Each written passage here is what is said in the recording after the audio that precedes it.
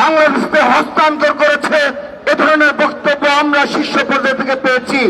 কিন্তু যখনই জুলাই আগস্টে খুনি হাসিনা পালিয়ে যেতে বাধ্য হয়েছে, তারপর থেকে একের পর এক ষড়যন্ত্র অব্যাহত রয়েছে।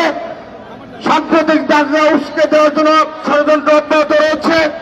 এবং তারপর আমরা দেখলাম সরাসরি ভারতে অবস্থিত বাংলাদেশ ভারতীয় আগ্রাসনের বিরুদ্ধে পুরো ছাত্র সমাজ এক এবং ঐক্যবদ্ধ রয়েছে। আমরা আশ্বস্ত করতে চাই, বাংলাদেশের সকল ছাত্র সংগঠন বাংলাদেশ জাতীয় ছাত্র দলের নেতৃত্বে ভারতীয় আগ্রাসনের বিরুদ্ধে সকল প্রতিকূল সকল পরিবেশ মোকাবেলা করার জন্য সম্পূর্ণরূপে আমরা প্রস্তুত রয়েছি।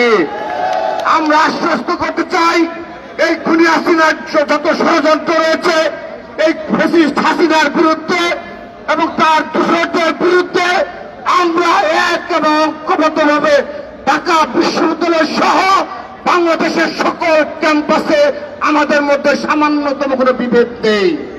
সেজন্য সতর্ক হওয়ার আহ্বান জানাচ্ছি, বিশেষ করে ভারতীয় সরকারকে।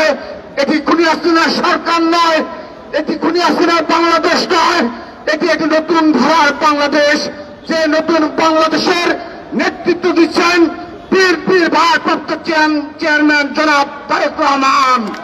সেজন্য আগামীতে এই ফ্যাসিস্টের বিরুদ্ধে, ভারতীয় আগ্রাসনের বিরুদ্ধে এভাবে এক এবং ঐক্যবদ্ধভাবে আমরা লড়াই করব, সংগ্রাম করব।